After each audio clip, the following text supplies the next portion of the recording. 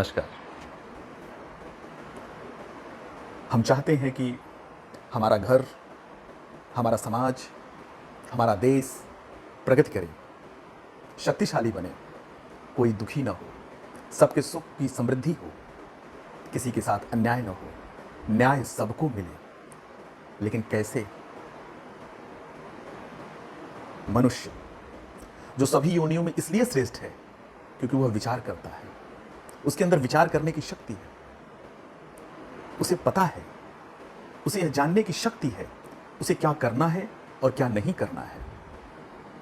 लेकिन आज जब हम देखते हैं अपने देश को, अपने समाज को, इस संसार को, तो लगता है कि बहुत कुछ ऐसा है जो कहीं खो रहा है, जो नहीं है। कैसे होगा? कौन करेगा? दुनिया के किसी भी देश में चले जाइए, उस देश के लोग अपने भावी पीढ़ी से ही अपने देश की प्रगति की कल्पना करते हैं। हमारा देश भारत बहुत पुराना देश है। यूरोप की जितनी आबादी नहीं होगी, उससे कहीं ज्यादा भारत के महापुरुषों की कहानियां हैं। हमारा इतिहास इतना बड़ा है कि दुनिया के पन्ने खत्म हो जाएंगे, हमारा इतिहास आप नहीं लिख पाएंगे। फिर ऐसा क्यों? ऐसा क्यों?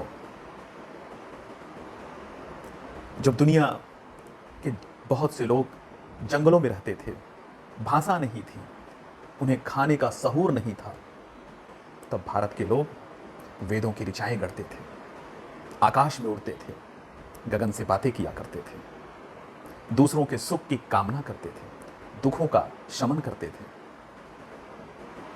वही भारत परतंत्र हो जाता है, गुलाम हो जाता है। स्वाभाविक है, जिसका जैसा उत्थान उसका वैसा पतन। लेकिन क्या हमेशा ऐसा रहेगा? क्या हम अपने उस राह से भटक जाएंगे? क्या हम अपने उस प्राचीन, उस इतिहास को कभी नहीं प्राप्त करेंगे? ऐसा तो नहीं है। गिरकर उठना, उठकर चलना, यह क्रम है संसार का।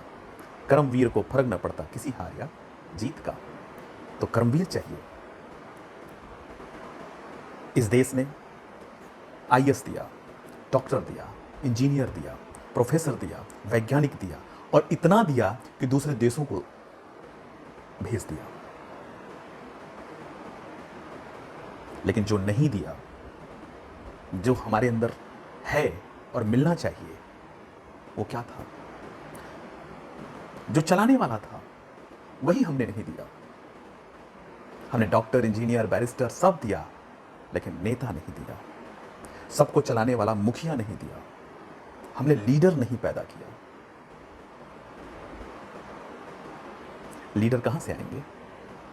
क्या किसी राजनीतिक दल उनको लाएगा? कोई बड़ा परिवार उनको प्रोड्यूस करेगा? या कोई बड़ी कंपनी उनको लॉन्च करेगी? फिलहाल अभी तो ऐसा ही है। इसी नाते समाज ठगा सा जाता है, उसको ठग लिया जाता है, क्योंकि उनका जो मोटिव होता है वह समाज पीछे रहता है। हमें तो नेता लाना है। नेता कहां से आएगा? क्या उसे कंपनियां लाएंगी? क्या उसे राजनीतिक दल लाएंगे? या उसे कोई बड़ा परिवार लाएगा? जी नहीं, उसे तो अपना समाज लाएगा, जिम्मेदारी के साथ लाएगा कि समाज तुम्हारे साथ है, तुम समाज के लिए हो।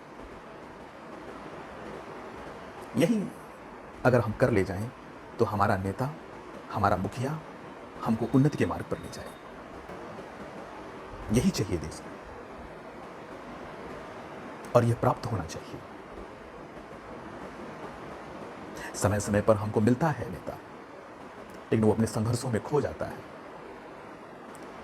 निश्चित रूप से आज देश के अंदर हमारा जो प्रधानमंत्री है वो ऐसा ही नेता है, जो समाज से आया है, जो देश के लिए है, जो जिसको दुनिया जानती है कि त्यागी है, तपस्वी है। ऐसे ही नेता चाहिए, जिनके बोलने के लिए हजारों मुख हों। यह कैसे होगा? अपनी चेतना जगाने से होगा, स्वयं के अंदर का जो ताकत है उसे पहचानने से होगा। भारत का युवा बेरोजगारी में जी रहा है, कुंठा में जी रहा है। यह उसकी यौवन को मार देता है। यही तो नहीं मारना है। वह कैसे स्वावलंबी बने, वह कैसे पुरुषार्थी बने, वह कैसे सत्यमार्गी बने, इसका तो हम सबको विचार करना होगा। और यह काम बहुत आवश्यक है। जब मैं ये बातें बोल रहा हूं तो आपको यह विचार करना होगा, यह अपना ही काम है, अपना ही स्वार्थ है, क्योंकि अपने इस स्वार्थ में ही परमार्थ है। हमारा परिवार, हमारा देश, हमारा समाज तभी आगे जाएगा। दुर्भाग्य से हमें लीडर चाहिए, परंतु आज लीडर नहीं है, आज डीलर है, डील करते हैं। उसके लिए सोया हुआ समाज भी दोषी है, बटा हुआ समाज भी दोषी है। पेट्रो डॉलर और यूरो डॉलर के रूप में भारत को बांटने तोड़ने के लिए न जाने कितने सालों से प्रयास चलता है। भारत उससे बराबर लड़ता है, भारत की आध्यात्मिक शक्ति उससे लड़ती है। लेकिन देश के युवाओं को इस चुनौती को स्वीकार करना है, जैसे चंद्रशेखर आजाद ने स्वीकार किया था, भगत सिंह ने स्वीकार किया था, सावरकर ने स्वीकार किया था, सुभाष चंद्र बोस ने स्वीकार किया था, महात्मा गांधी ने स्वीकार किया था। ऐसे ही हम सबको स्वीकार करना होगा। महाकवि मैथिली शरण गुप्त ने एक कृत लिखी है जो दुनिया में प्रसिद्ध है। उस कृत का नाम है भारत भारती। भारत भारती में उन्होंने भारत के वर्णन किया है, भारत के अतीत के गौरव को भी कहा है, भारत की दुर्दशा को भी बताया है, और भारत की सारे इतिहास को उन्होंने अपने काव्य लेखन से पंक्तिबद्ध किया है। उसी में उन्होंने युवाओं से आह्वान किया है। उनके ही शब्दों को मैं आपके सामने पढ़ता हूं।